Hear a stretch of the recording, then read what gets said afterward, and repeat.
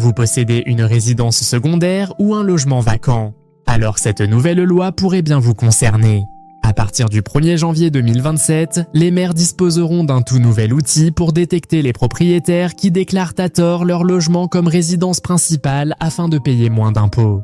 On fait le point sur ce qui va changer. Aujourd'hui, chaque propriétaire doit déclarer la nature d'occupation de son logement, résidence principale, résidence secondaire ou logement vacant. Cette déclaration est essentielle car elle détermine notamment si vous devez payer la taxe d'habitation sur les résidences secondaires ou encore la taxe sur les logements vacants. Le problème, c'est que certaines déclarations sont erronées, parfois par simple oubli, mais parfois aussi volontairement pour réduire la facture fiscale. Pour les communes, notamment dans les zones touristiques ou où les logements sont rares, cela représente un manque à gagner important.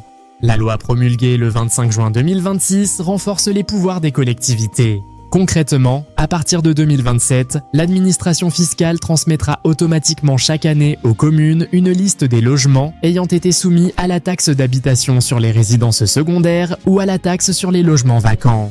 Les mairies auront notamment accès à AVAXV, l'adresse du logement, sa nature d'occupation déclarée, sa valeur locative et son identifiant fiscal.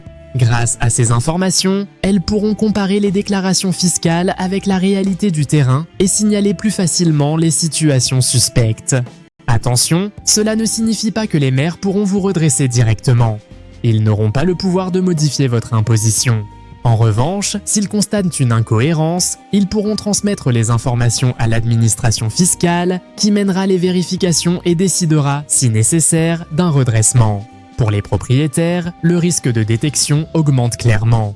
Si votre déclaration ne correspond pas à la réalité, mieux vaut la régulariser avant un contrôle. En cas de fraude ou de déclaration volontairement inexacte, vous pouvez être contraint de rembourser les impôts dus sur plusieurs années, avec des intérêts de retard et des pénalités pouvant atteindre 40%, voire davantage dans les cas les plus graves. Cette réforme s'inscrit dans une volonté plus large de renforcer la lutte contre la fraude fiscale locale et de mieux gérer les problématiques liées aux résidences secondaires et aux logements vacants. Les modalités techniques seront précisées d'ici l'entrée en vigueur du dispositif, prévu le 1er janvier 2027. Si vous êtes propriétaire, c'est peut-être le bon moment pour vérifier que votre déclaration de logement est parfaitement à jour.